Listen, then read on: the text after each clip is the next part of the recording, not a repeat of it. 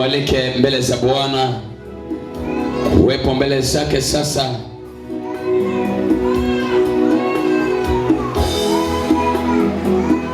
Ili uweze kuisikia sauti ya Mungu kupitia neno lake la kweli. Mungu akupe neema ya kuyasikia haya, kwa maana ufalme wa Mungu umekwisha kuja. Basi somo letu leo linasema siku ya hasira ya Bwana, au siku ya ghadhabu ya Mungu. Siku ya hasira ya Bwana au siku ya ghadhabu ya Mungu. Hili ndilo somo ambalo Bwana Yesu amenipa nililete kwenu siku ya leo. Bwana Yesu anataka tutambue majira ya kanisa. Bwana Yesu anataka kila mmoja ayatambue majira haya yaliyoamuliwa. Hayana budi yatatimia. Bwana Yesu asifiwe. Hayana budi na yatatimia. Ninajua kwamba jambo hili limekuwa likichanganywa mara nyingi. Ni matukio matatu tofauti ambayo mwanadamu ameyachanganya. Tuna kipindi kinachoitwa dhiki kuu kwa kanisa, lakini tuna kipindi kinaitwa unyakuo kwa watakatifu au kwa kanisa, lakini tuna kipindi cha tatu kinachoitwa siku ya hasira ya Bwana. Na leo tunakwenda kujifunza ama kuangalia siku ya hasira ya Bwana juu ya ulimwengu. Kwa hiyo somo hili litakupa ufahamu wewe kuanza kutafuta na kuweza kujua ni wapi unakopaswa kuwa, ili siku hiyo isije ikakukuta. Somo hili ni somo nyeti sana. Ni somo ambalo linakinzana na mitazamo yako ya kidini. Ni somo ambalo linakinzana na uelewa wako wa kawaida wa siku zote. Maana ni somo ambalo linafunuliwa kwa majira ya kanisa. Angalia kitabu kile cha utangulizi, ni kitabu cha Amosi sura ya 5 mstari wa 18 hadi mstari wa 20. Amosi sura ya 5 mstari wa 18 hadi ule wa 20. Neno la Mungu likisema, ole wenu ninyi nao itamani siku ya Bwana. Kwa nini kuitamani siku ya Bwana? Ni giza wala si nuru. Ni kama mtu aliyemkimbia simba. Ni kama mtu aliyekimbia simba akakutana na dubu. Na aliingia katika nyumba, au aliingia katika nyumba, akautegemeza mkono wake ukutani, nyoka akamuuma. Bwana Yesu asifiwe. Haleluya. Haleluya. Sikiliza nikwambie, ole wenu ninyi mnaoitamani siku ya Bwana.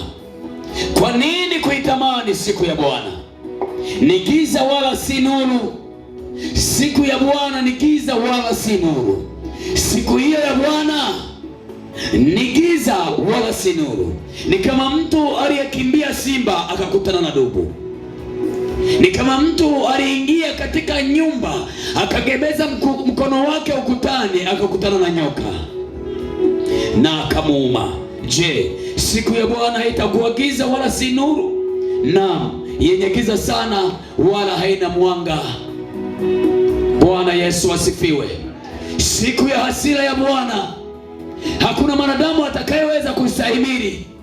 Siku ya hasira ya Bwana hakuna mwanadamu atakayeweza kupata neema ya kuokoka tena.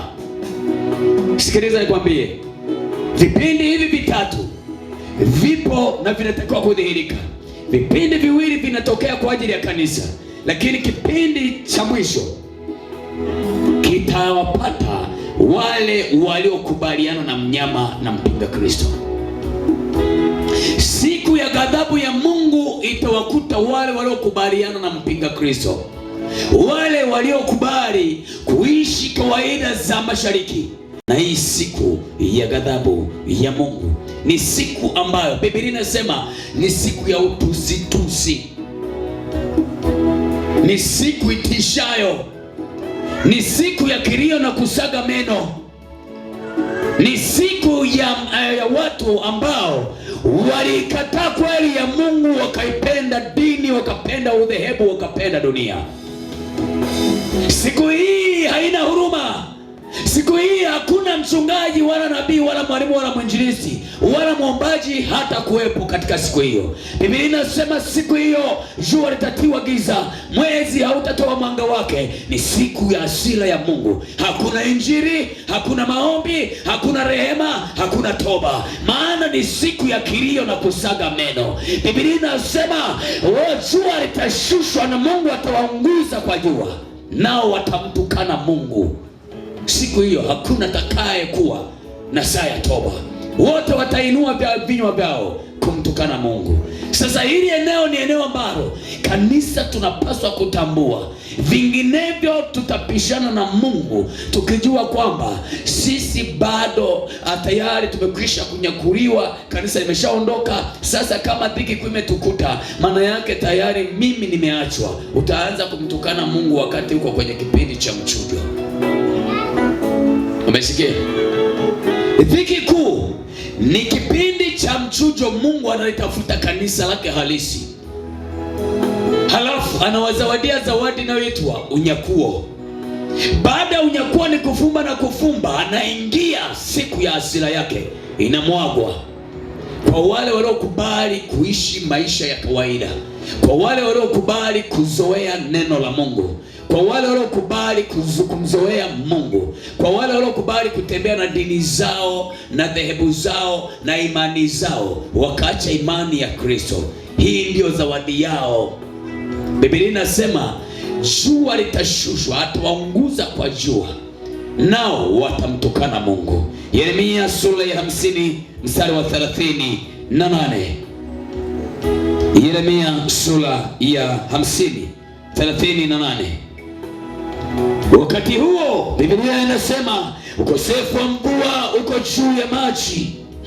Sikiliza, ukosefu wa mvua uko juu ya maji yake, nayo yatakaushwa, maana ni nchi ya sanamu za kuchongwa, nao wameingiwa na wazimu kwa ajili ya sanamu. Mungu atakuja kumwaga hasira juu ya watu waliotembea na sanamu zao, walioifanya nchi najisike kwa sababu ya sanamu zao. Siku hii ndiyo zawadi yao. Bwana Yesu asifiwe. Sikiliza, siku ya ghadhabu ya Mungu itaanza mara baada ya unyakuo. Yaani unyakuo ukitokea tu, kanisa limeondoka. Amen. Ni kufumba na kufumbua tu, siku ya hasira ya Mungu inaingia. Halafu itadumu kwa siku 75. Siku ya hasira ya Mungu itadumu kwa siku 75. Tutakuja kuona tunajuaje. Bwana Yesu asifiwe. Amen. Kwa hiyo siku ya hasira ya Mungu si siku ya kuomba, si siku ya kutamani, ni siku ya mateso, ni siku ya kilio kizito. Biblia inasema kwa nini kuitamani? Kwa nini kuitamani? Maana atakayekutana na hii siku ni wazi ameachwa, ni wazi tayari yeye anaanza kukinywea kikombe chake. Kwa wakati huo ukiweza kusoma, tuangalie Ufunuo sura ya 12, Ufunuo sura ya 6 mstari wa 12 mpaka 17. Kimbia Ufunuo sura ile ya 6 mstari wa 12 mpaka mstari wa 17. Nitasoma. Kisha nikatazama na wakati mwanakondoo alipovunja muhuri wa 6, ndio kukawa na tetemeko kubwa, jua likawa jeusi kama gunia. Jua likawa jeusi kama gunia. Naomba mwezi wote ukawa mwekundu. Naomba tulia kidogo. Station mic. Sikiliza, anasema hivi: nami nikaona alipofungua muhuri wa 6, palikuwa na tetemeko kuu la nchi, jua likatiwa giza, Jua sio hilo jua unaloliona juu, sio hilo jua unaloliona linaangaza. Biblia inasema jua la haki litawazukia mioyoni mwenu. Jua la haki, jua la haki. Aliyeshikamana na Yesu Kristo anaitwa jua. Yeye ni mchungaji, huyo jua ni mchungaji. Sikiliza, ukisoma habari ya Yeremia anasema jua hilo litaona haya. Sasa hilo jua la juu lione aibu. Walishawahi kuona jua linaona aibu? Kwa hamaanishi jua hilo la juu. Haleluya. Jua litatiwa giza. Manake jua linaangaza ili watu watembee kwenye nuru. Wachungaji wanaachilia neno ili wapate nuru. Biblia inasema neno lako ni taa ya miguu yangu na mwanga wa njia yangu. Maana yake wachungaji waliona neno wanaitwa jua. Aliona neno la kweli anaitwa jua, aliona neno la uongo anaitwa jua. Lakini kuna jua ambalo linakufanya ustawi, lakini kuna jua lingine litakuunguza. Bwana Yesu asifiwe. Bwana Yesu asifiwe sana. Haleluya. Sasa angalia, Biblia inasema alipofungua tu muhuri wa 6, jua likatiwa giza, tetemeko likatokea. Halafu nasema mwezi wote ukawa kama damu na nyota zikaanguka juu ya nchi kama vile mtini upukutishavyo mapoza yake utikiswapo na upepo mwingi. Mbingu zikaondolewa kama ukurasa ulivyokunjwa, na kila mlima na kisiwa kikahamishwa kutoka mahali pake. Mlima ni kusanyiko, kisiwa kinatunza maji. Haleluya. Mlima ni kusanyiko la watu, kusanyiko la kidini. Yesu akawaambia ninyi. Haleluya. Yule mwanamke Msamaria akasema hivi, angalia, baba zetu huabudu katika mlima huu, na ninyi husema huko Yerusalemu ni mahali patupasapo kuabudia. Kwa hiyo mlima kusanyiko la kidini. Dini litatoweshwa, dini itaondolewa. Visiwa ni mahali panapotunza maji. Bwana Yesu asifiwe. Kisiwa kinatunza nini? Maji. Mioyo ya watu itahamishwa mahali pake. Bwana Yesu asifiwe. Wakati huo, angalia, Biblia inaeleza wazi, na wafalme wa dunia na wakuu na majemedari na matajiri na wenye nguvu na kila mtumwa na muungwana watajificha katika pango na chini ya majabari ya milima, wakiambia milima na miamba, tuangukieni tustirini mbele za uso wake yeye aketie juu ya kiti cha enzi. Tangu lini milima inaongea? Tangu lini milima inaongea? Bwana Yesu asifiwe. Kwa hiyo utaona kwamba kumbe nyakati hizo Mungu ameandika ni mafumbo kaficha. Siri zake kazificha kwenye mafumbo. Haleluya. Wafalme watakimbia, milima nayo itasemaje? Hebu sikia sasa. Hapa milima inasema hivi. Anasema hivi, utustiri mbele za uso wake yeye aketie juu ya kiti cha enzi na asili ya mwana kondoo. Kwa maana siku iliyo kuu, siku ya nini? Siku yao, siku ya hasira yao imekuja, naye ni nani awezaye kusimama? Siku ya hasira yao imekuja. Tustiri milima, mapango, tuficheni milima. Ukisonga milima inamwambia na sisi tunatafuta, tunasubiria hukumu yetu. Angalia Ufunuo 7 mstari wa 1 mpaka 15. Ukisoma hiyo sura utaona jinsi ambavyo Biblia inasema, kisha Yohana akaona sasa watu waliokuwa, hii inatangulia. Angalia, hii inatangulia huku. Ndio maana nikwambia hivi, tunaposoma neno la Mungu au Biblia, usisome kama kitabu kingine cha kawaida. Soma kwa ufunuo wa Roho, ndipo utaelewa. Angalia, sura ya 6 iko nyuma, lakini sura ya 7 iko mbele, lakini inayotangulia ni sura ya 7, halafu inafuata sura ya 6. Bwana Yesu asifiwe. Kwa namna gani? Sura ya 6 inatuonesha hukumu ya waliokataa kutembea na Mungu, waliotembea kwa mazoea, waliotembea kwa mifumo ya kidini, waliotembea kwa maagizo ya wanadamu. Lakini sura ya 7 inatuonesha walioshinda katika ile dhiki kuu, walioshinda wakiondoka duniani. Na ukumbuke, katika matukio matatu. Kinachoanza ni dhiki kuu, kinachofuata ni unyakuo, kinachofuata cha mwisho ni siku ya ghadhabu ya Mungu, ndio inakuwa ya mwisho. Bwana Yesu asifiwe. Ambayo unyakuo yenyewe ni kufumba na kufumbua, kanisa linabebwa. Amen. Lakini dhiki kuu inadumu kwa miaka 3.5, siku 1260. Halafu hasira ya Mungu inadumu duniani, hapa duniani, sio motoni kule jehanamu. Hapa katika kipindi hiki watakuwa wanakimbia mahali pa kujiua. Hakuna kufa. Unakunywa sumu kama umekunywa maji.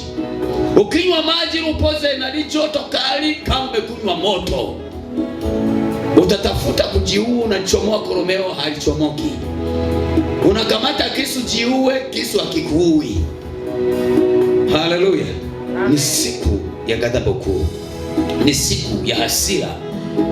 Kumbuka, hasira hii imetunzwa. Mungu ataimwaga kwa wanadamu kwa siku 75. Ni vitabu ambavyo vinaonyesha matukio Mungu akiliondoa kanisa lake duniani, halafu na kumwaga ghadhabu yake. Angalia Ufunuo sura ya 7 mstari ule wa 9. Tusome mstari wa 9, halafu tutasoma na mstari wa 13 mpaka 14. Soma. Ndio. Baada ya hayo nikaona na tazama mkutano mkubwa sana, ambao hapana mtu awezaye kuhesabu, watu wa kila taifa na kabila na jamaa na lugha, wamesimama mbele ya kile kiti cha enzi na mbele za mwana kondoo. Wamevikwa mavazi meupe, wana matawi ya mitende mikononi mwao. Haleluya. Angalia mkutano mkubwa ambao hapana mtu awezaye kuhesabu. Wamevikwa mavazi meupe, watu wa kila kabila, watu wa kila taifa, watu wa lugha, watu wa jamaa, wakawa wamevikwa, wameshikilia mitende mikononi mwao. Hawa walikuwa wanatoka katika dhiki, hawa walikuwa wanatoka katika mateso yale makubwa. Maana yake, angalia, sura hii ya 7 inatangulia, alafu sura ya 6 inakuwa mbele. Matukio yake yanatangulia, halafu matukio ya Ufunuo sura ya 6 yanakuwa. Bwana Yesu asifiwe. Haleluya. Kwa unaona namna gani ambavyo tukisoma tukaanzia Ufunuo mwanzo mpaka Ufunuo, wewe ni kipofu, hutaelewa chochote tunachofanya, kwa sababu hutaelewa siri za Mungu zimefichwa wapi. Bwana Yesu asifiwe. Angalia ule mstari wa 13. Sasa hapa nataka uthibitishe kwamba, utambue kwamba kumbe moja, dhiki kuu ipo na ni kwa ajili ya kanisa. Anasema hivi: akajibu mmoja wa wale wazee akiniambia, je, watu hawa waliovikwa mavazi meupe ni akina nani, na wametoka wapi? Nikamwambia, Bwana wangu, wajua wewe. Akaniambia, hao ndio wanatoka katika dhiki ile iliyo kuu, nao wamefua mavazi yao na kuyafanya meupe katika damu ya mwana kondoo. Wanatoka katika dhiki ile iliyo kuu, nao wamefua mavazi yao katika damu ya mwana kondoo. Bwana Yesu asifiwe. Kwa ni wazi, dhiki kuu inakuja kwa ajili ya kanisa. Sio kama watu tulivyodanganywa na kufundishwa kwamba dhiki kuu inakuja kwa ajili ya watu waliosalia. Dhiki kuu hailetwi na Mungu, dhiki kuu inaletwa na mpinga Kristo. Kinacholetwa na Mungu ni siku ya ghadhabu ya Mungu. Bwana Yesu anahusika na unyakuo tu, akibeba kanisa alilolinunua kwa damu yake, akilipeleka kumkabidhi Mungu mwenye enzi, kwamba ulioniagiza hawa hapa nimewarudisha. Mungu naye atasema, kwa kuwa umeleta watu wangu, wacha nishuke kujilipizia kisasi kwa wale walioasi amri yangu. Ghadhabu ya Mungu itamwagwa.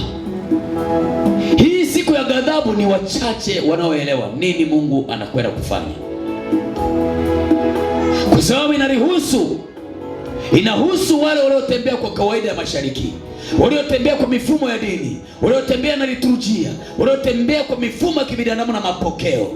Inawahusu. Hii ni kikombe cha ghadhabu ya hasira ya Mungu, waliopokea chapa ya mnyama.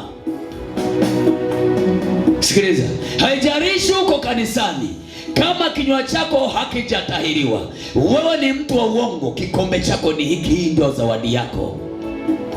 Haijalishi unatoa sadaka, hii ndio zawadi yako siku ile usipokubali kurejea nafasi hii ya pili.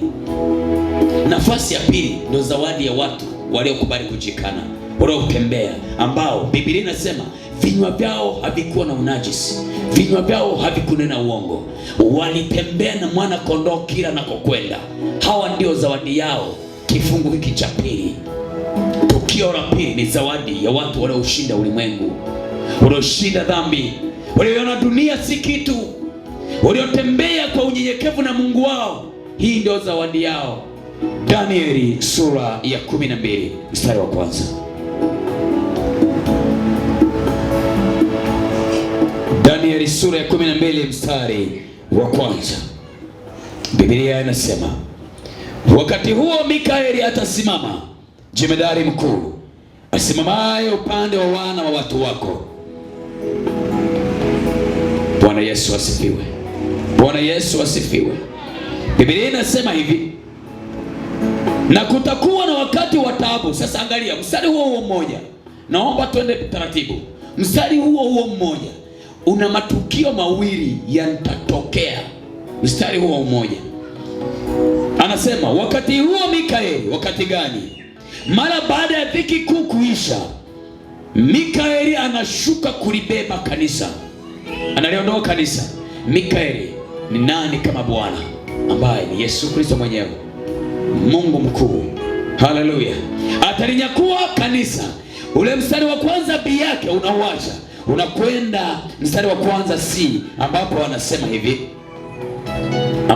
hivi, na wakati huo watu wako wataokolewa, kila mmoja atakayeonekana ameandikwa katika kitabu kile.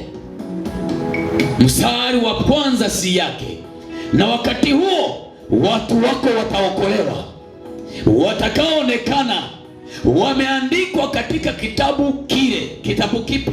Cha uzima. Bwana Yesu asifiwe. Watakaoonekana wameandikwa katika kitabu cha uzima wataokolewa. Halafu bi yake sasa ukisoma anasema hivi, kutakuwa na wakati wa taabu, mfano wake haukuwapo tangu lilipoanza kuwapo taifa, hata wakati huo kutakuwa na wakati wa taabu.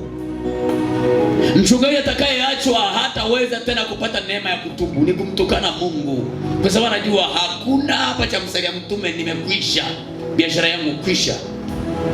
Maana hakuna saa ya toba tena itakao kumesalia, ni akilio na kusaga meno. Wakati huo sasa, zikikamilika siku 75, parapanda inapigwa. Haleluya. Wote tunakusanyika mbele za Mungu. Wewe walionyakuliwa, waliotangulia, wote tunakutana mbele za Mungu wote.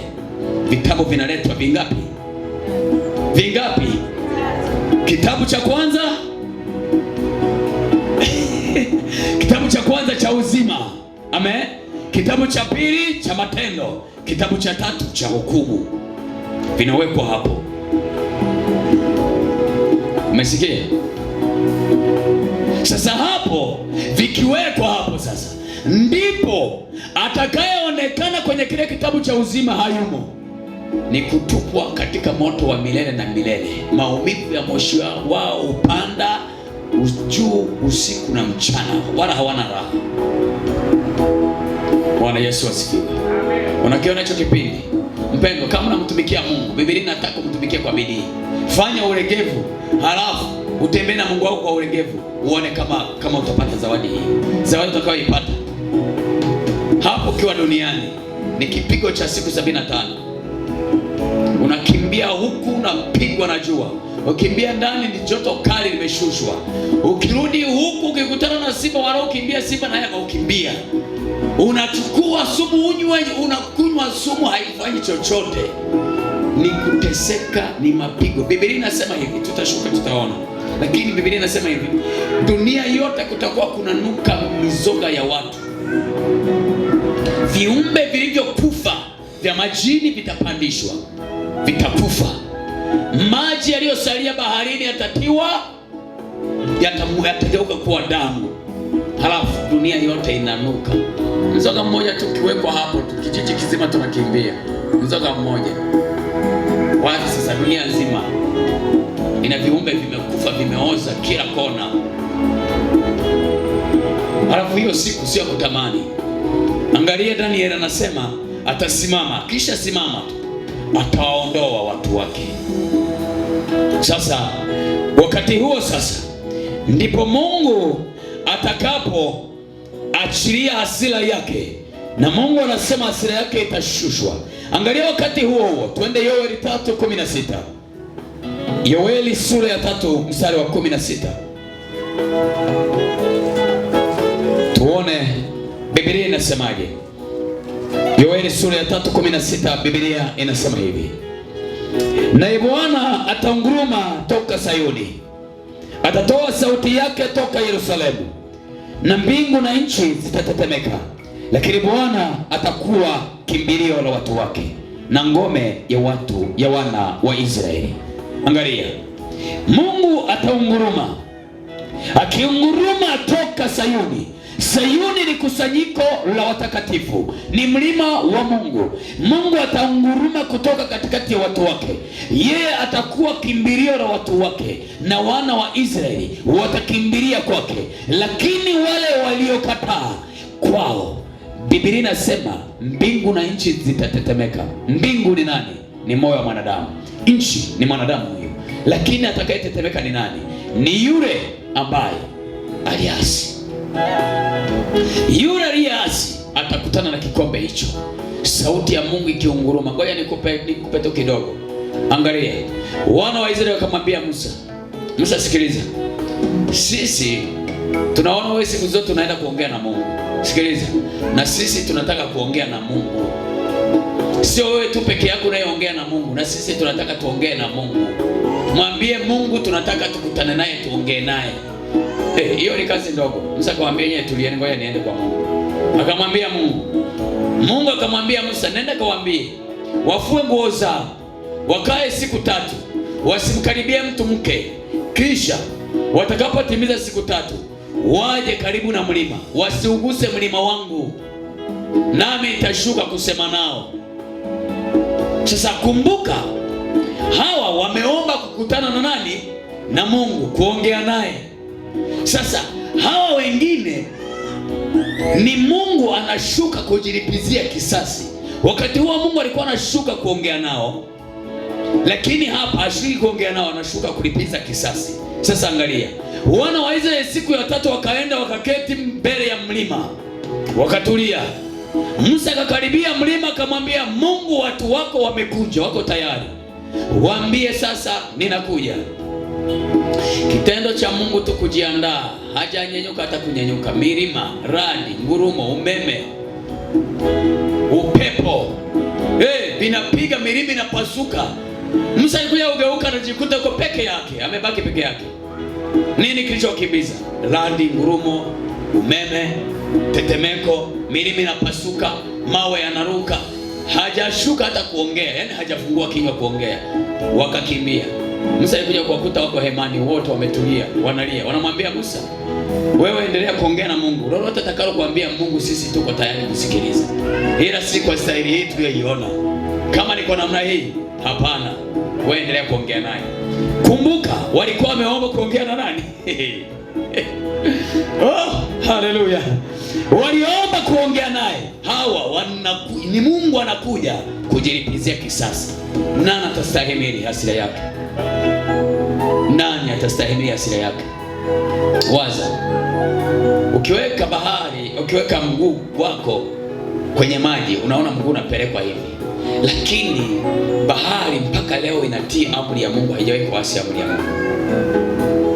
Yaani Mungu anatisha mpaka bahari inatii mamlaka yake. Amen. Ni Mungu anayeogofya. Mungu akifunua hata kidogo tu, hata kale kanukta bako hata kifumba jicho ukaoni, hapa wote hatuwezi kuonekana tena, tunafunikwa kwa dakika chache. Hasira yake haipimiki. Sasa bado tuko kwa sehemu ambayo Mungu anasema nataka nikugusishie kidogo, japo kwa sio sehemu ya dhiki kuu, lakini kuonesha kwamba saa ya unyakuo Mungu anaamua kuwatenga watu wake. Angalia Warumi sura ya 11:26. Pale tuangalie Mungu anasema nini juu ya matukio hayo. Warumi sura ya 11:26. Biblia inasema hivi: hivyo Israeli wote wataokoka kama ilivyoandikwa, Mwokozi atakuja kutoka Sayuni, atamtenga Yakobo na maasi yake. Mwokozi atakuja kutoka Sayuni, atatenga na maasi yake. Sayuni au Yakobo atatengwa na maasi yake. Bwana Yesu asifiwe. Lakini pia ukiangalia Isaya sura ya 3 mstari wa 4, Mungu anasema katika habari ya Sayuni kuna mabaki yataokoka. Haleluya. Kuna mabaki yataokoka. Bwana Yesu asifiwe. Kuna mabaki yataokoka. Kwa nini? Kwa sababu Mungu atageuka kuwa kimbilio la watu wake. Naomba tusome pamoja. Tutasoma? Ndio. Tena itakuwa ya kwamba yeye aliyebaki katika Sayuni na yeye aliyeachwa ndani ya Yerusalemu ataitwa mtakatifu, yani kila mmoja aliandikwa miongoni mwa hao walio hai ndani ya nini? Ndani ya Yerusalemu. Kila atakaye. Haleluya, haleluya, haleluya. Tena itakuwa ya kwamba yeye aliyebaki katika Sayuni atakayeonekana ameandikwa kati ya hao walio hai. Bwana Yesu asifiwe. Na mstari wa 18 mpaka 21 tutakuja kuona Biblia inasema nini juu ya habari ya ghadhabu ya siku ya ghadhabu ya Mungu au siku ya hasira ya Mungu. Biblia inasema pakawa na umeme na sauti na radi, na palikuwa na tetemeko la nchi kubwa, ambalo tangu wanadamu kuwako juu ya nchi hapajawahi namna ile. Jinsi lilivyokuwa kubwa tetemeko hilo, na mji ule mkubwa na Babeli ule mkuu ukakumbukwa mbele za Mungu, kupewa kikombe cha mvinyo ya ghadhabu ya hasira yake. Kila kisiwa kikakimbia, wala milima haikuonekana tena. Mvua ya mawe makubwa yenye uzito kama kilo 50 kila moja. Bwana Yesu asifiwe. Unakimbia, unaona huku jua limekuwa kali, unakimbia huku, Mungu anashusha mvua ya mawe kilo 50, jiwe linashuka juu yako, puu, ufunikwa. Hakuna mahali pa kukimbilia siku hiyo. Unatafuta uokoe roho yako, hakuna kusalimisha roho yako, hakuna namna ya kukwepa. Wakati wa taabu ya Yakobo, Biblia inasema wakati huo ni taabu, hakuna atakayeweza kukusaidia. Hakuna hata mchungaji, ukimkimbilia mchungaji naye analia cha kwake, maana naye ameachwa, naye anapokea kikombe chake. Alitenda kazi kama kazi ya kwake, anapokea kikombe cha kwake. Bwana Yesu asifiwe. Haleluya. Wakati huo Biblia inasema kutakuwa na tetemeko ambalo halijawahi kuwako tangu nchi inawekwa. Tangu wanadamu wanakuwepo katika nchi, halikuwahi kuwako hilo tetemeko lililo kubwa. Lakini Biblia inasema ndipo Babeli na ule mji mkuu utakumbukwa mbele za Mungu, kupewa zawadi. Zawadi watakaopewa ni kikombe cha mvinyo wa ghadhabu ya Mungu, maana yake mateso. Bwana Yesu asifiwe.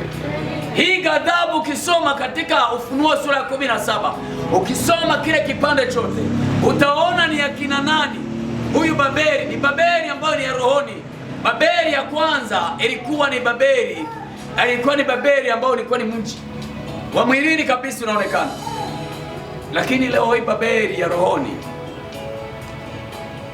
Babeli ipo ya rohoni. Mwanamke kahaba ailelewa kwa mvinyo wa uasherati wake. Bwana Yesu asifiwe. Amelewa kwa damu ya watakatifu. Biblia inasema huyo ni Babeli. Lakini Biblia inasema hivi, wakati huo atakumbukwa sasa. Ndipo atakapokumbukwa mbele za Mungu kwamba sasa matendo yako yamefika kipindi cha malipo yake.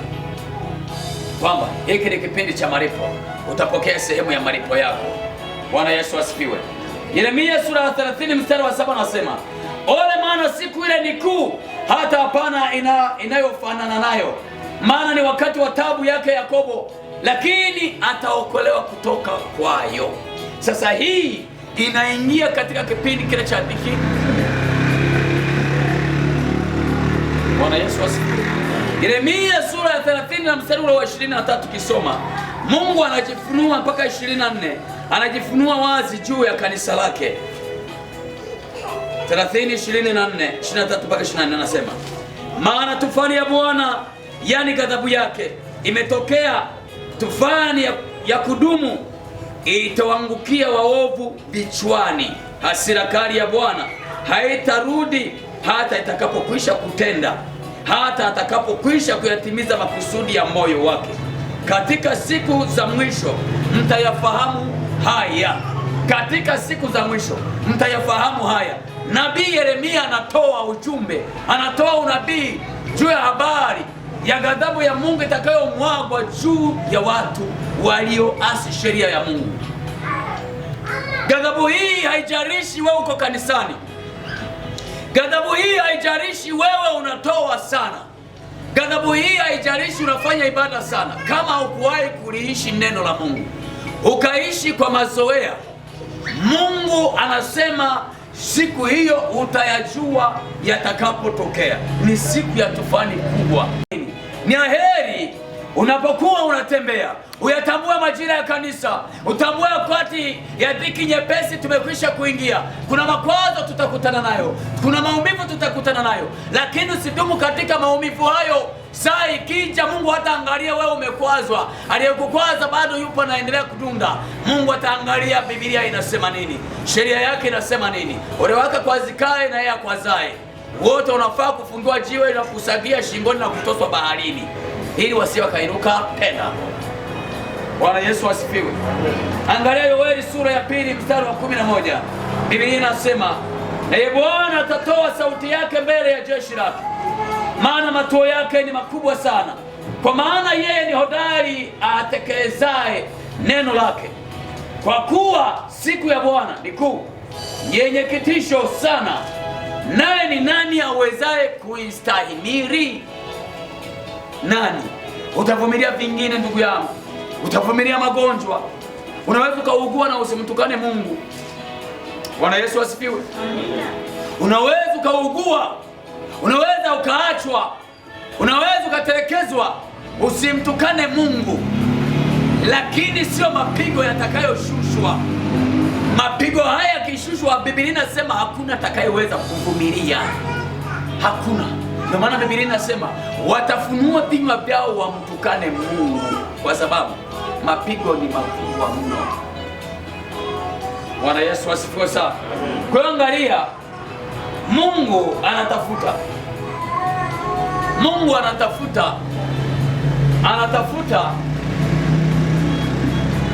watu wake ambao waliandaliwa toka mwanzo wa msingi wa dunia, waweze kujua siri hii, ili watakapoijua siri hii waanze kuchunguza maisha yao. Siku hiyo haina huruma, siku hiyo haina toba, siku hiyo haina rehema. Ni kweli Mungu ni wa rehema, lakini sio kwa kipindi hiki. Kipindi hiki ukurasa umefungwa. Utakuwa ni ukurasa wa kila mmoja kumpa zawadi yake, kwamba wewe ulifanya hivi, zawadi yako hii hapa. Wewe ulifanya hivi, wewe zawadi yako hii hapa. Bwana Yesu asifiwe. Haleluya. Je, wewe moyo wako umejiandaje? wewe umejiandaaje ili siku hii isije kukukuta. Ikikukuta basi umekwisha, hakuna cha kusalimika tena. Bwana Yesu asifiwe. Haleluya, haleluya.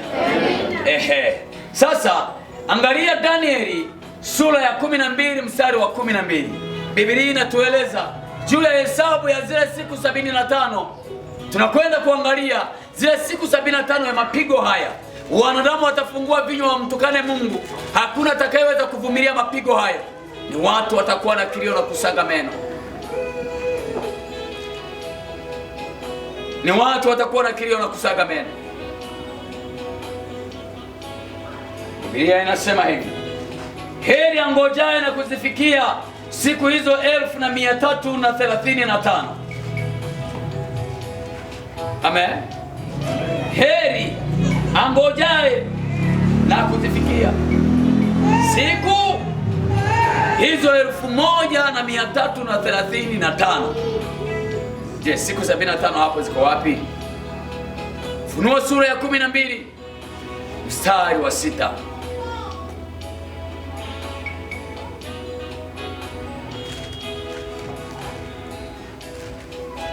Funuo sura ya 12 mstari wa 6.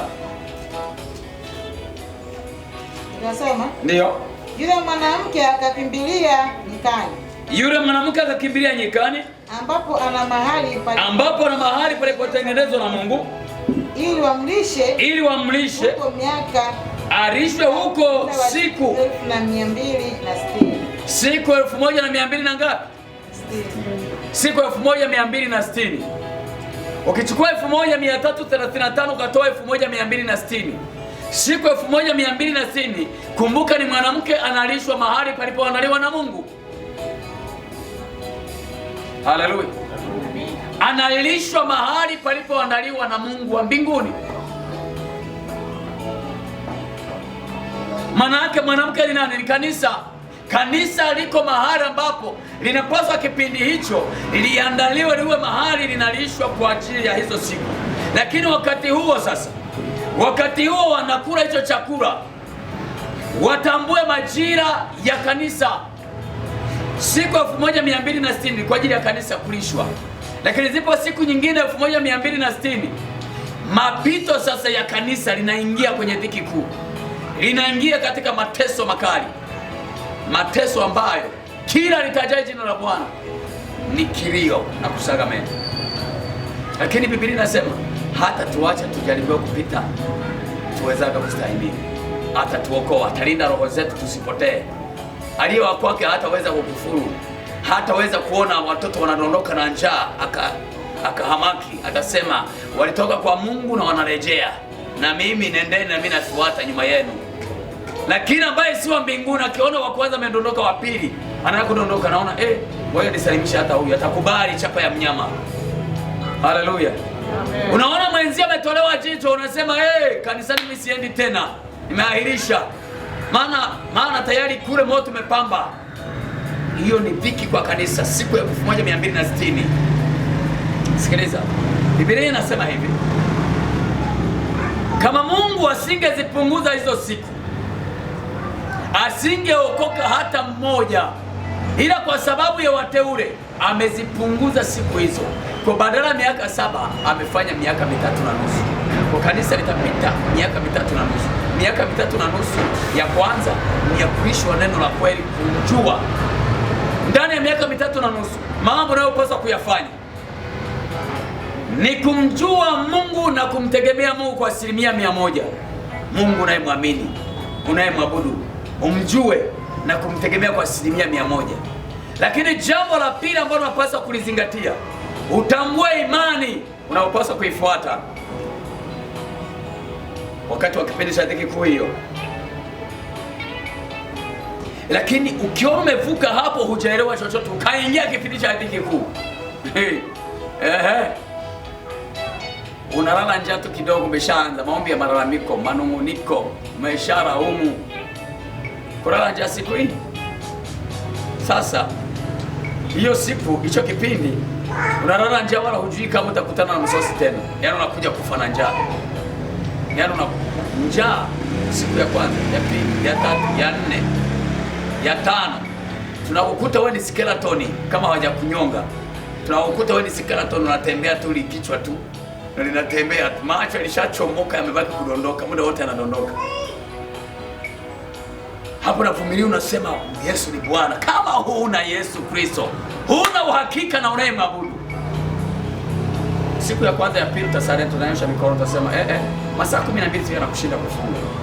Kwanza siku 5, siku 4 utaweza kustahimili. Halafu ujue kwamba sasa ni njaa ya adhabu, sio njaa ya hiari au njaa ya bahati mbaya, ni njaa ya adhabu, kwamba hakuna kununua wala kuuza. Huwezi ukapata chochote mpaka hakikisha una chapa ya mnyama. Kinakuja hicho kipindi, una kazi mbili za kufanya, kazi tatu. Tambue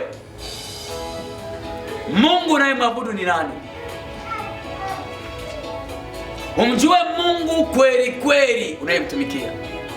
Lakini namba 3, uijue imani unayoifuata. Usipokuwa navyo hivi vitatu, kipindi kikifika, nataka nikwambie hivi, aliyekuwa ameokoka, amejificha kwa mwamvuli wa Kikristo kwamba ni Mkristo, siku hiyo utamuona. Haleluya. Twende taratibu, tusiende mbali. Angalia tu tarehe 29 ilipotokea, mpaka na walokole kwenda kuiba wasivyo vipanda waliiba. Anajua kabisa kwamba hapa maduka yamefungwa, sasa ni kubomoa maduka, ni twende tunapita na kila kitu. Ni moshi tu huo. Ile siku, kumbuka, Biblia inasema atatumia watu wenye silaha, watakuwa upande wake, kwa hakuna pa kuchomokea. Utakwenda kuomba unga kwa fulani, utaenda kununua kwa fulani, wewe ulia na chapa, nenda kanunue basi na utanika. Hawezi kukupa. Wakati huo kila mwanadamu atakuwa na roho ya kinyama, asiyekuwa na Mungu atakuwa na roho ya kinyama, hata kuweza kusikia. Sasa angalia, ukichukua siku 1335 ukatoa siku 1260 unapata siku 75. Hizo siku 75 ndicho kipindi cha mapigo ya Mungu kuwapiga wanadamu. Hakuna kufa, hakuna kuugua, hakuna kufanya nini. Unapigwa au unatafuta kujiua, hakuna kufa. Unakunywa sumu, hakuna kufa. Unatafuta jiwe, unajiangushia jiwe, hakuna kufa. Unachukua juu jiponde, hakuna kufa. Unakipata cha moto kisichozimika wakati wa jua limeshushwa. Kwa hiyo ni wakati wa taabu ambayo haijawahi kusemekana. Bwana Yesu asifiwe. Siku 75, siku 75 zimeongezwa kwa ajili ya Mungu kujilipizia kisasi juu ya hao wakao duniani. Angalia, hizi siku 75 zinahusishwa na vile vitasa 7. Vitasa 7, kama ulishawahi kusoma kwenye Biblia, vitasa 7 vinahusika hapa. Biblia inasemaje? Nikasikia sauti kuu kutoka hekaluni ikiwaambia wale malaika 7, nendeni mkayamwage yale mabakuli 7 ya ghadhabu ya Mungu juu ya nchi. Mkayamwage. Akaenda huyo wa kwanza akalimimina bakuli lake juu ya nchi. Pakawa na jipu baya bovu juu ya wale watu wenye chapa ya huyo mnyama na wale wenye kusujudia sanamu yake. Sikiliza, chapa ya mnyama ni jina lake, ni jina lake.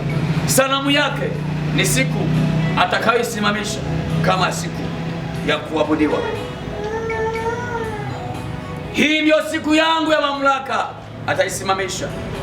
Atakapoisimamisha, Biblia inasema kitasa cha kwanza kitakapomiminwa kutakuwa na jipu bovu. Maana yake watu wote watakupigwa majipu, watakuwa na majipu mabovu. Sasa majipu bora yale ya Ayubu yalikuwa ni majipu ya kawaida. Sasa haya ni adhabu, yanachochewa makali na maumivu ndani yake. Bwana Yesu asifiwe. Lakini ukisoma Biblia hii, jipu la pili inasema hivi, homa ya kuambukizwa ya kuambukizana ya majipu itatokea. Yanaugua homa ya majipu, homa ya Bwana Yesu asifiwe. Kitasa cha ngapi? Cha pili. Kitasa cha ngapi? Cha pili. Alafu kitasa cha tatu, dunia itatawaliwa na harufu ya damu, maji yatakauka na yatakayosalia yatakuwa kama damu. Ni mwanadamu atakayesalia hapo tu ndiye atakayeshuhudia hayo. Wakati huo hakuna toba, wakati huo hakuna rehema, wakati huo hakuna sauti ya injili itakayosikika tena. Wale waliojifariji wakisema waliona kazi ya Mungu ni ya kwao, wakaifanya kama ni ya kwao, watakipokea kikombe hiki. Waliotembea kwa mazoea watapokea kikombe hiki. Haleluya! Watapokea kikombe hiki, watakutana nacho uso kwa uso. Bwana Yesu asifiwe. Amen. Ni wakati wa taabu ambao hausemekani. Mchungaji, askofu, nabii, mtume, mwalimu, mwinjilisti atakayesalia hapo hataweza kukusaidia kwa lolote, maana yeye mwenyewe nafsi yake iko taabuni. Unamfuata kumuua, sasa unamuua, ulinidanganya. Wakati injili ya kweli inapigwa kuisikia, kunywa kikombe cha kwako. Na hata kuambia wajinga ndio wale wao, acha tushiriki pamoja kikombe. Haleluya. Amen. Angalia Ufunuo 16, utasoma mstari wa kwanza mpaka ule wa 10 na kitu huko utasoma. Lakini nataka tusome mstari wa 10, mstari wa 4 na wa 7. Mstari wa 4 hadi wa 7. Naomba tusome.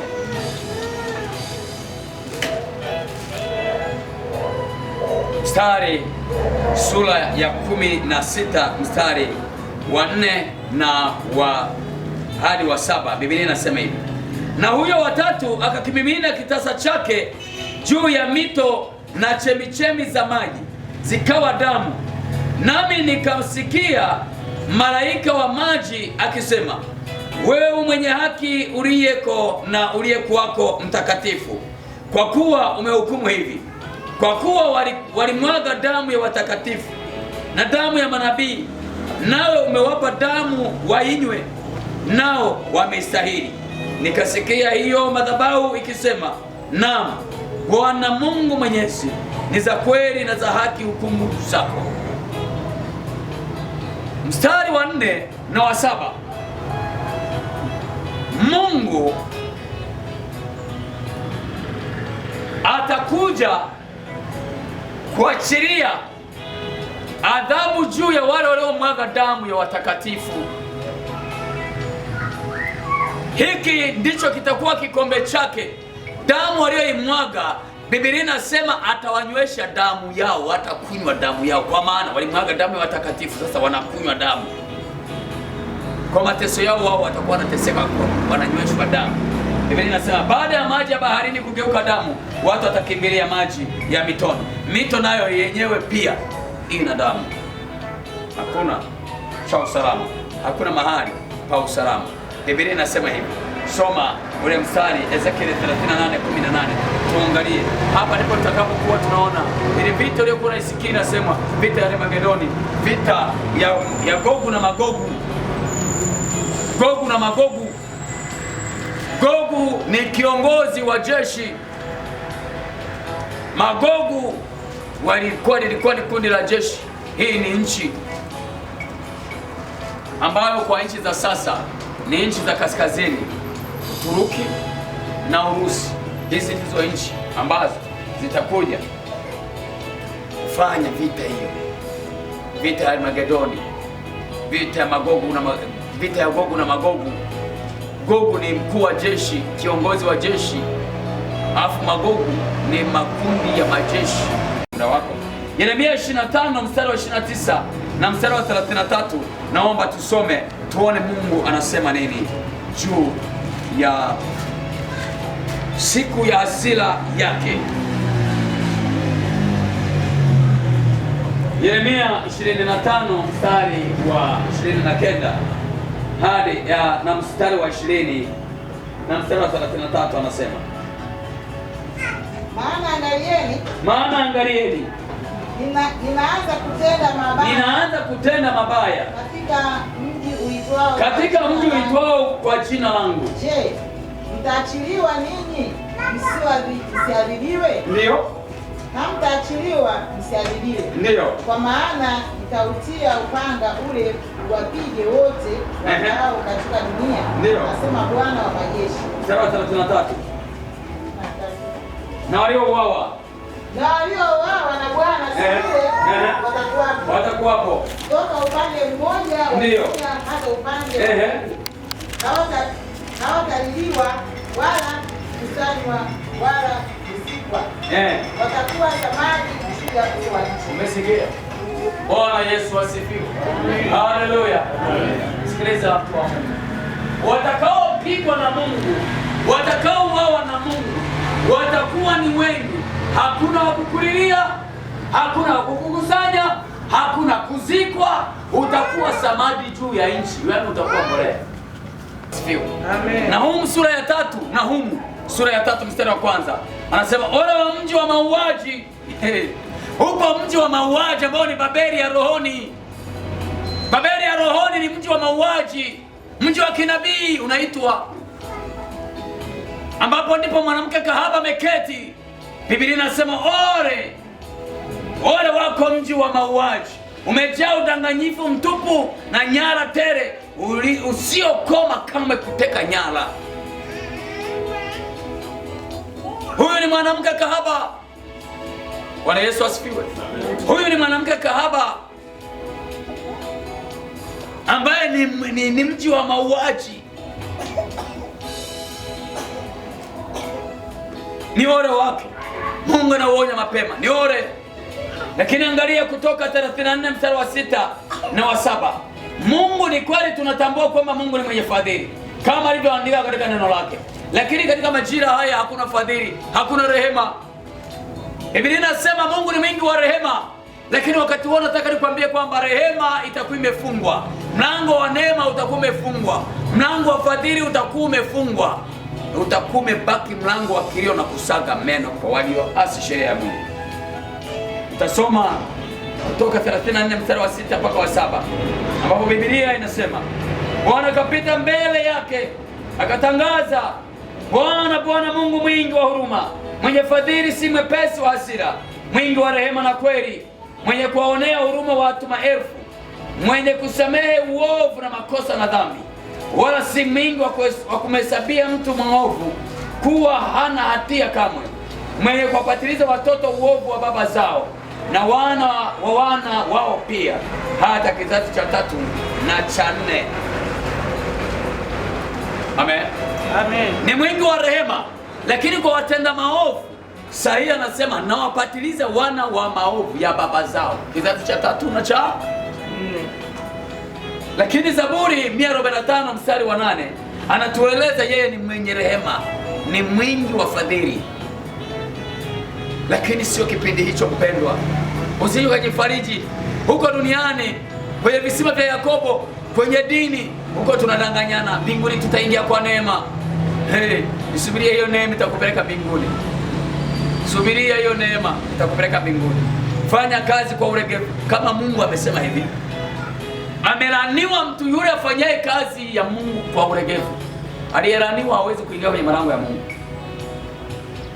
Haleluya. Amen. Sasa wewe ukifanya kazi ya Mungu kwa uregevu, maana unatembea na laana. Kama unatembea na laana, lini utakuja kuiona mbingu? Bali kuna kuingojea saa ile ya hukumu yenye kutisha. Ngoja nikwambie mtu wa Mungu, ni heri mtafute Mungu kwa gharama yoyote kuliko kupoteza muda hapa duniani. Angalia siku unazoishi duniani ni chache sana. Ukijitahidi sana, hata ukiomba ukalia, utaishi 75 lakini zimejaa taabu. Miaka 75 utakayoishi lakini imejaa taabu. Hiyo miaka 75 iliyojaa taabu, angalia unaenda kuishi milele na milele mahali ambapo haujui unatoka lini, unamaliza lini. Unasema unaingia kule, unatoka kwa gharama. Kule utoki sasa. Kule ufanye nini? Halafu shetani mjanja anakuonesha kwamba hakuna tukio lolote mbele yako linalofanya nini? Linalokuja. Unaona yote ni sawasawa, ni kawaida, hamna shida yoyote. Lakini kumbe yeye target yake kwamba kama mimi nimeikosa mbingu, huyu ni nani aweze kuiona mbingu? lazima nidili nayo. Bwana Yesu asifiwe. Ni kipindi ambacho kinaogofya moyo wa mwanadamu, siku hiyo utayeyuka. Angalia, Mungu anaeleza wazi kwa habari walioasi sheria yake, mabaya yaliyowakuta. Amen. Mabaya yaliyowakuta. Mambo ya Nyakati sura ya 36. Nyakati wa pili sura 36 mstari wa 11 mpaka 17. Biblia inatuonesha mfalme aliyekuwa anaitwa Sedekia alifanya mabaya machoni pa Mungu. Huyo mfalme alinena maneno mabaya, alinena maneno ya dharau, alinena maneno yasiyofaa, akawanenea maneno magumu manabii, akanena maneno yasiyokuwa na staha mbele za Mungu. Biblia inasema hivi: Sedekia alikuwa na umri wa miaka 21 alipoanza kutawala. Akatawala katika Yerusalemu miaka 11. Akafanya yaliyo mabaya machoni pa Bwana Mungu wake, wala kujinyenyekeza mbele ya Yeremia nabii aliponena kwa kinywa cha Bwana. Tena akamwasi mfalme Nebukadneza aliyemwapisha kwa Mungu, lakini akajifanyia shingo ngumu, akajitia moyo nguvu asimgeukie Mungu, Bwana Mungu wa Israeli. Na zaidi ya hayo, wakuu wote wa makuhani na watu wakakosa mno, wakifuata machukizo yote ya mataifa, wakainajisi nyumba ya Mungu aliyoitakasa katika Yerusalemu. Anguko likawa ni kubwa mno. Angalia, naye Bwana Mungu wa baba zao akatuma kwao kwa mikono ya wajumbe wake, akiondoka mapema na kutuma, kwa sababu aliwahurumia watu wake na makao yake.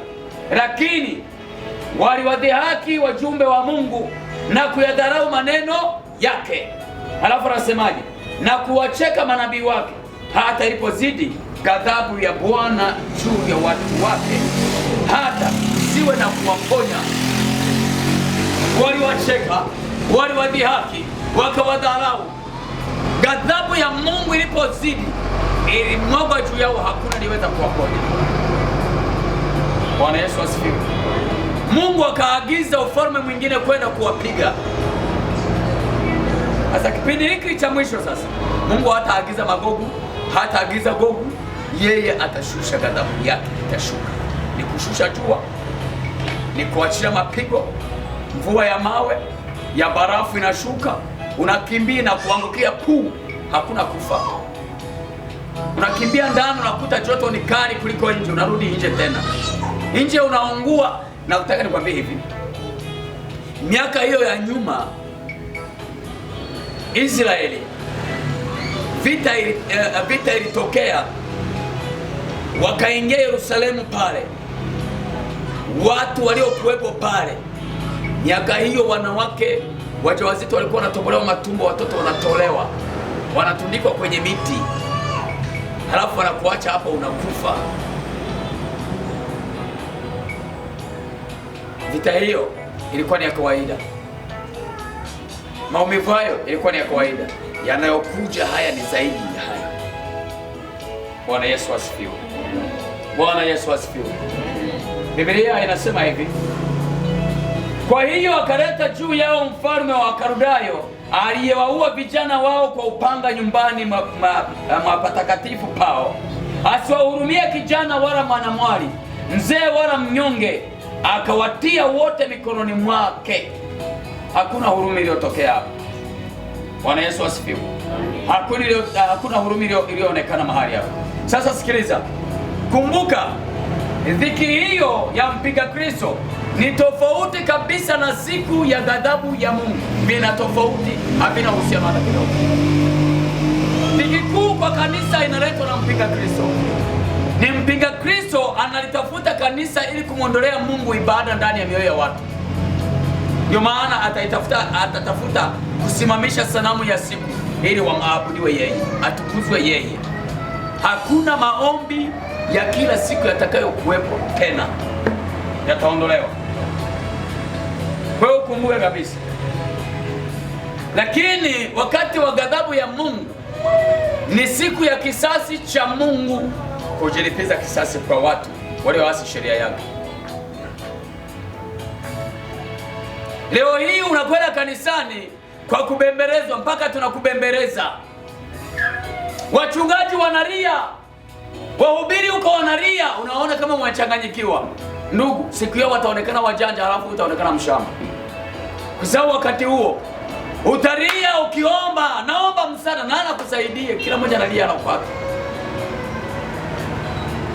Ni mateso makali, hayana mfano wake. Unaambiwa mtafute Mungu kwa bidii, wewe unaona kama unalazimishwa, unaonewa, unatukanwa. Mpendwa, siku hiyo ni siku inatisha, haina huruma. Siku hiyo ni siku ambayo Biblia inasema hivi, ni siku yenye kitisho sana. Naye ni nani awezaye kuistahimili siku hiyo? Ni nani awezaye kuistahimili? Angalia Isaya 13 mstari wa 6 mpaka wa 13. Biblia inasema hivi: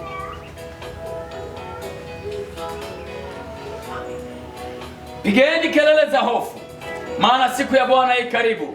Itanyesha kama maangamizi yatokayo kwa Mwenyezi Mungu.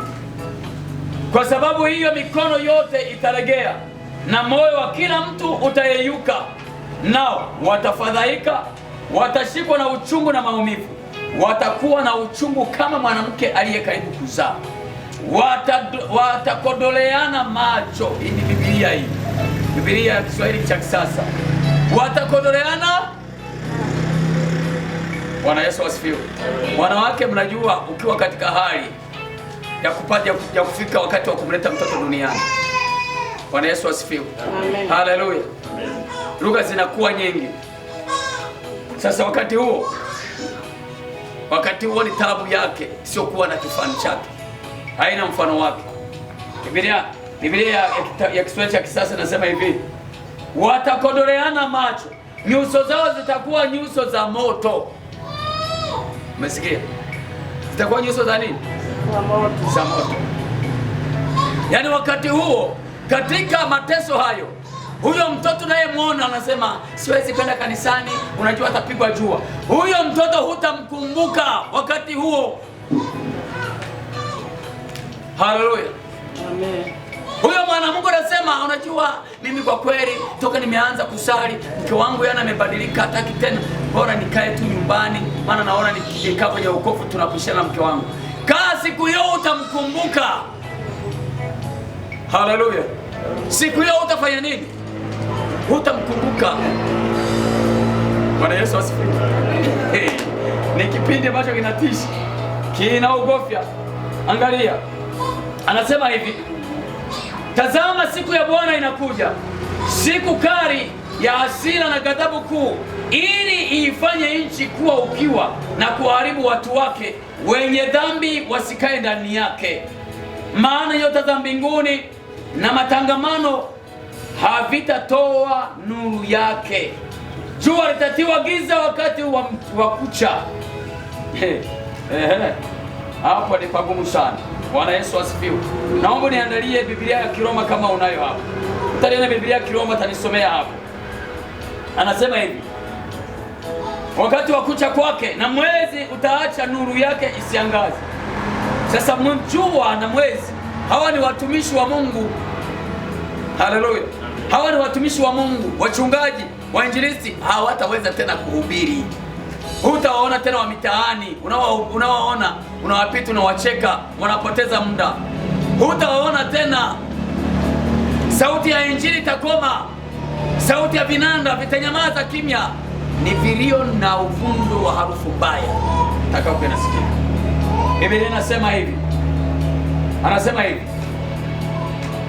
nami nitaadhibu ulimwengu kwa sababu ya ubaya wake, na wenye dhambi kwa sababu ya hatia yao. Nami nitaikomesha fahari yao wenye kiburi, nami nitayashusha chini majivuno yao walio wakali. Nitawafanya wanadamu kuadimika kuliko dhahabu safi. Mungu atawafanya wanadamu waadimike kuliko dhahabu safi. Hakuna mwanadamu atakayeonekana tena, watakuwa ni adimu. Wataonekana wapi? Uvundo, harufu mbaya, wanyama wanaotambaa, wanaotembea wote juu ya nchi. wananuka. Ni ole atakayebaki katika kipindi hicho. Yaani ni ole. Bwana Yesu asifiwe. Haya, leo tunafundishana na tunasikizishana kama historia. Ole wako yaje yakukute. Siku hiyo utakuwa unalia. Sasa sijui utakuwa unasema bora mchungaji angeniambia kama nakufuata kesho. Wakati unatafuta kufa, huwezi kufa. Unatafuta kamba. Sasa hivi si unakasirishwa, unatundika kamba juu, unajinyonga. Unajitundika juu, unajinyonga, unatoa macho tu, unadondoka na chini. Kufa haufi, kamba inakatika. Haleluya. Amen. Ni wakati ambao Biblia inasema hivi, na watu kuliko dhahabu ya Ofiri. Kwa hiyo nitazitetemesha mbingu na dunia itatikiswa itoke katika mahala pake kwa sababu ya ghadhabu ya Bwana wa majeshi, kwa sababu ya siku ya hasira yake kali. Bwana Yesu asifiwe. Sasa adhabu hiyo itakuwa ndani ya hayo mapigo 7. Mapigo mangapi? Ndani ya mapigo hayo 7 hakuna mwanadamu atakayekumbuka kutubu hata mmoja. Kwa sababu ya maumivu yao watamtukana Mungu. Kwa sababu ya maumivu yao watamdharau Mungu. Hakuna atakayetubu. Leo hii tunatubu. Tunapata neema ya kutengeneza na Mungu. Tunaona ni kazi ya kawaida. Ni mambo mepesi, ni ya kawaida. Mpendwa, nataka nikwambie hivi. Kipindi hiki kifika, mwanao unayemuona ni bora kuliko Mungu, utamkumbuka. Mume wako unayemuona ni bora kuliko Mungu, utamkumbuka. Sitaki na kusikia maombi. Haya baba, watoto nakusikia. Subiri, utakiona cha moto. Hey, siku ikifika, yeye analia roho kwake, uko anahangaika. Na wewe unahangaika unasema, lakini ni wewe uliyenizuia, ningekuwa nimeondoka. Na hata kwambia, kwani nikushika miguu? Nikushika miguu nikuzuia? Sijakuzuia. Maana ukwenda. Mbona watakatifu wa zamani wao walikubali kufa kwa ajili ya Kristo? Mbona ulikataa? Uliogopa? Bwana Yesu asifiwe. Amen. Haleluya. Ukisoma Ufunuo sura 16 mstari wa 1 mpaka 21, utaona hayo mapigo Mungu alipokuwa anaachilia na wanadamu walipokuwa na lugha mbaya mbele za Mungu. Hakuna aliyeweza kupata neema hata ya kusema Mungu nihurumie, hakuwepo hata mmoja. Ni kumtukana Mungu. Haswa jua liliposhushwa wakaunguzwa, kimbia ndani, katoto nakaacha nje, kana hangaika kenyewe, hukumbuki tena. Sasa waza, kwenye vita mbele yako kuna mbwa, pembeni yako kuna mtoto. Unapita na mbwa, mtoto unamwacha. Kwenye vita, tupia mgongoni mbwa. Mwanao umefanya nini? Unakuja kushtuka. Wewe nimesalimisha mbwa, mwanangu amebaki kule. Ni vita tu. Rafiki ya Mungu, una maumivu. Kama umepigwa majipu, unajikuna hata mwanao umuone, analia na kuangalia. Wewe unajikuna, huna hata muda wa kumwangalia mwanao. Afu huyo ndo anakuzuia hata kumwona Mungu. Angalia, Biblia inasema wazi, waraka wa pili wa Petro sura ya 3 mstari wa 8 mpaka wa 13. Kuna mahali nilisema mnisomee kile kitabu cha hicho kitabu tulichomaliza kwa Biblia ya Kirumi. Naomba tafadhali, kuna eneo tumelisoma pale linasema watakodoleana macho pale juu yake. Ule mstari wa ngapi pale? Mstari wa 8. Soma mstari wa 8. Nitasoma. Watu watafadhaika. Ndio. Watashikwa na hofu na maumivu. Ndio. Watakuwa na uchungu kama mama anayejifungua. Ndio. Watatazamana kwa mashaka. Nyuso zao zitawaiva kwa haya. Haya. Wataiva. Mungu nisaidie. Paulo akasema alisema nisiwe kuhubiri wengine, nikawa kukataliwa, nikaachwa. Alijua hii siku ni mbaya, ni siku ambayo hakuna huruma, ni siku ambayo hakuna awezaye kukuokoa katika mikono ya Mungu. Bwana Yesu asifiwe. Tusome waraka wa pili wa Petro sura ya 3 mstari wa 8 mpaka wa 13. Wanasema hivi: lakini wapenzi, msisahau neno hili, kwamba kwa Bwana siku moja ni kama miaka 1000, na miaka 1000 ni kama siku moja. Bwana hakawii kuitimiza ahadi yake kama wengine wanavyodhani anakawia, bali huwavumilia, maana hapendi mtu yeyote apotee, bali wote wafikirie toba. Lakini siku ya Bwana inakuja kama mwizi. Katika siku hiyo mbingu zitatoweka kwa mshindo mkuu, na viumbe vya asili vitaunguzwa na kufumuliwa, na nchi na kazi zilizomo ndani yake zitateketea. Basi kwa kuwa vitu hivi vyote vitafunuliwa, hivyo imewapasa ninyi kuwa watu wa tabia gani katika mwenendo wa utakatifu na utauwa. Umesikia? Ikiwa vitu vyote vitakuja kufumuliwa, Mungu anatutaka sisi tunaosema tumeokoka tutafute utakatifu. Haleluya! Tutafute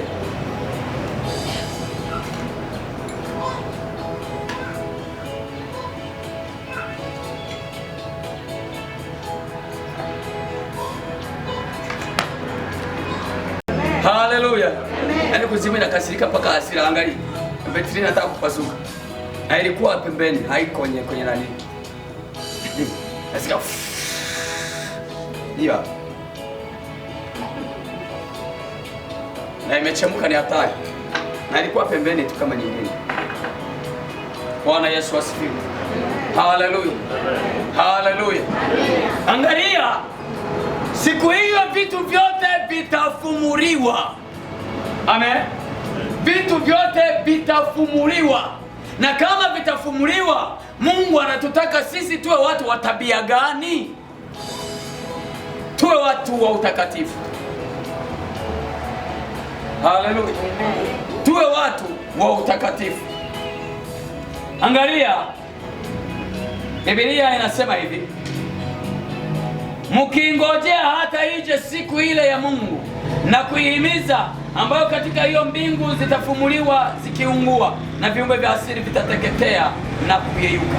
Lakini kama ilivyo ahadi yake, mnaitazamia mbingu mpya na nchi mpya, amen, ambayo haki yakaa ndani yake. Bwana Yesu asifiwe. Haleluya.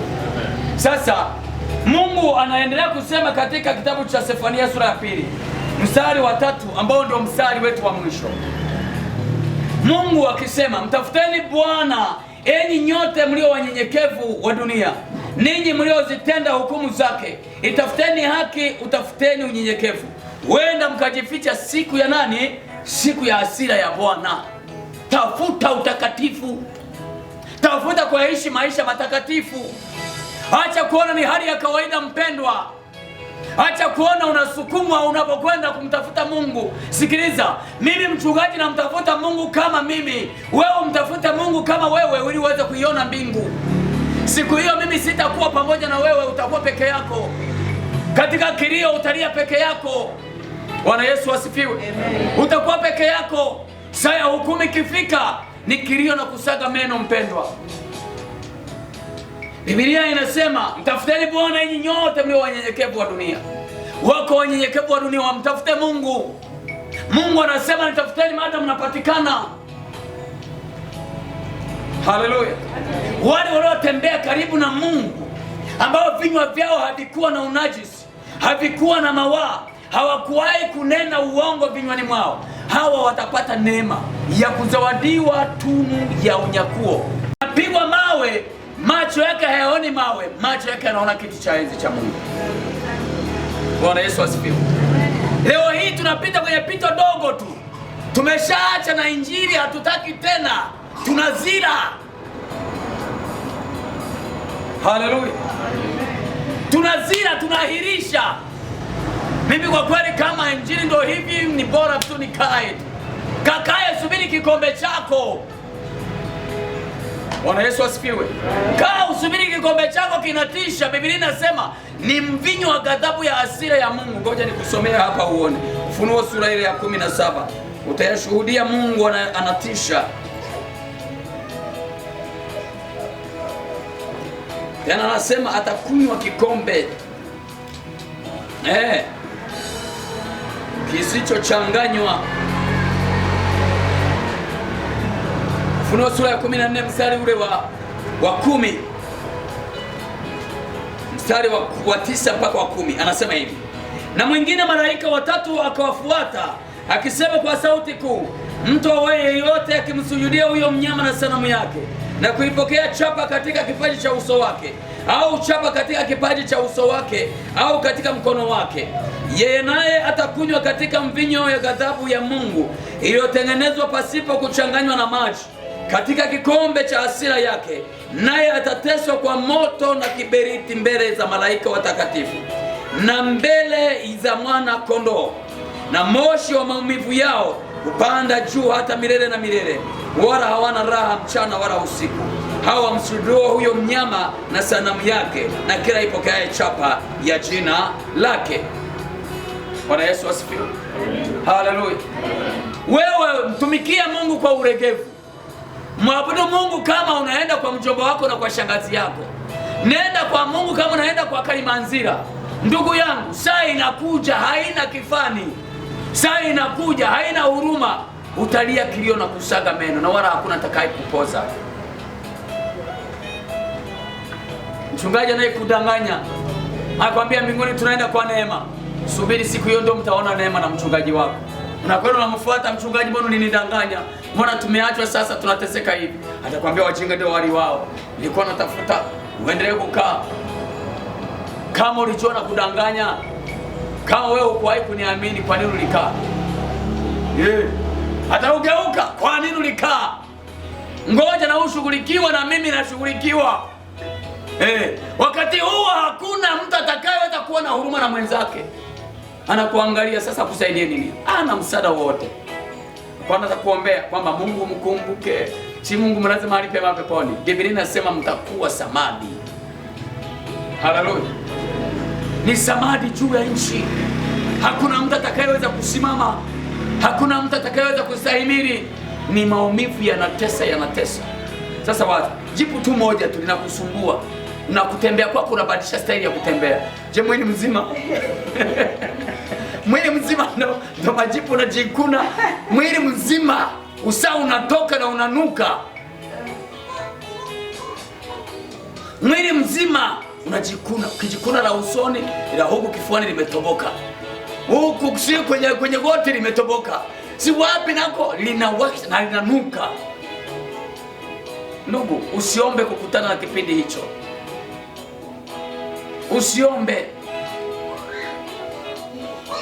Usiombe. Ni kipindi ambacho kinatisha sana. Ni kipindi ambacho maumivu yake ni makali mno. Bwana Yesu asifiwe. Haleluya. Haleluya. Mungu akupe neema ya kutafakari. Mungu akupe neema ya kutafakari. Ukaangalie uhusiano wako na Mungu ndio utakao kupeleka kundi la pili la unyakuo. Ulitumikaje? Je, ulitumika kwa unyenyekevu au kwa majivuno? Ulitumika kwa kiburi au kwa kujisikia?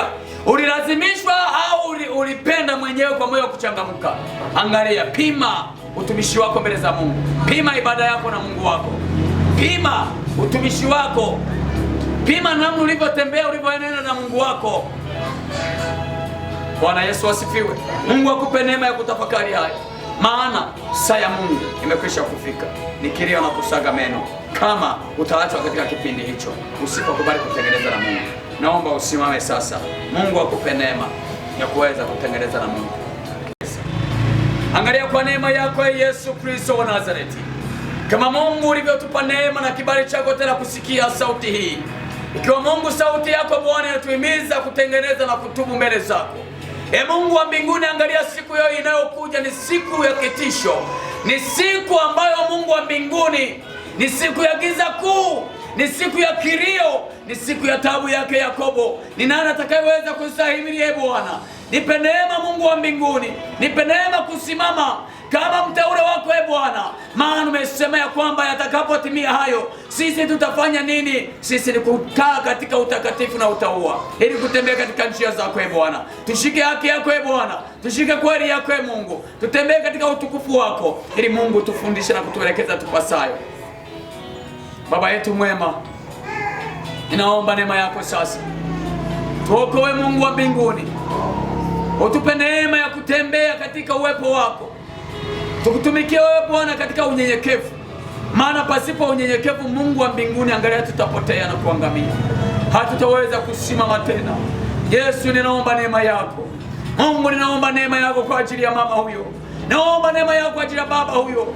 Angalia huyo mchungaji Bwana, angalia huyo mtume, nabii, mwinjilisti na mwalimu, watumikavyo kama wanatumika kwa kazi zao wenyewe, kumbe ni kusudi lako na kazi yako Mungu uliowapa. Ulitukabidhi kazi yako Bwana, tutende kwa unyenyekevu na hofu.